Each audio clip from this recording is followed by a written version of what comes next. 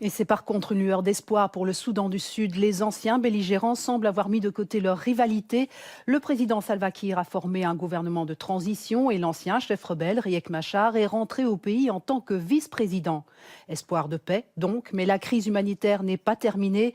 En 2 ans, la guerre civile a fait des dizaines de milliers de morts, plus de 2 millions de déplacés et certaines zones du pays sont au bord de la famine. Reportage Bastien Renouille. Ces milliers de personnes attendent la nourriture promise par la Croix-Rouge.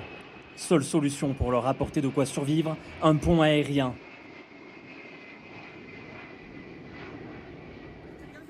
Tous les 2 mois, l'ONG satisfait aux besoins essentiels de ces Sud-Soudanais chassés de chez eux par la guerre.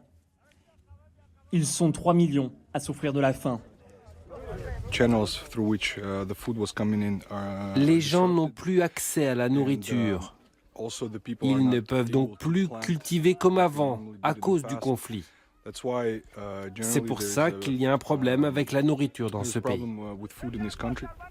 Ils sont venus de toute la région et ont attendu la journée entière sous un soleil brûlant. Patiemment, ils s'approchent pour pouvoir obtenir des céréales, du sucre, du sel, un peu d'huile.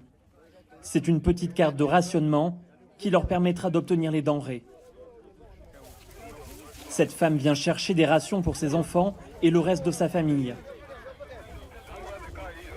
Le sac qu'elle s'apprête à ramener chez elle contient de quoi les nourrir 1 fois par jour pendant presque 2 mois. Lorsque la guerre a éclaté, elle a fui avec ses enfants et a tout perdu. Son mari n'a pas survécu. Quand le conflit a commencé, le gouvernement s'est rendu dans les maisons et a tué ceux qu'ils ont trouvés. Donc pendant des mois, on a dû se cacher dans les marais, dans la rivière. Pour survivre, on mangeait ce que l'on trouvait, des fruits parfois, et souvent des nénuphars. À l'air, ville dont le nouveau vice-président est originaire, les combats entre l'armée et les troupes rebelles ont été terribles. Le gouvernement voulait annihiler toute opposition, tout a été détruit. Les animaux sont morts, les champs ont brûlé. Les habitants ont presque tous fui. Le marché, autrefois vivant, est désormais presque vide. Beaucoup se sont réfugiés dans des camps protégés par l'ONU ou à l'étranger. De nombreuses familles ont été dispersées. Alors, lors de ces distributions de nourriture, le CICR tente d'aider les survivants à retrouver les leurs en leur prêtant un téléphone satellite. Ce jeune homme n'a pas vu son frère depuis 2 ans.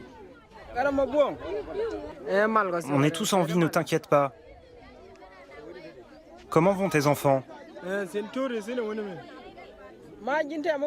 On n'a plus rien ici. Tu peux nous faire envoyer des vêtements? Comme lui, ceux qui sont restés n'ont plus rien, nulle part où aller. Mais tous espèrent que l'accord de paix signé en août 2015 va porter ses fruits, malgré les tensions ethniques qui tout au long du conflit se sont enracinées.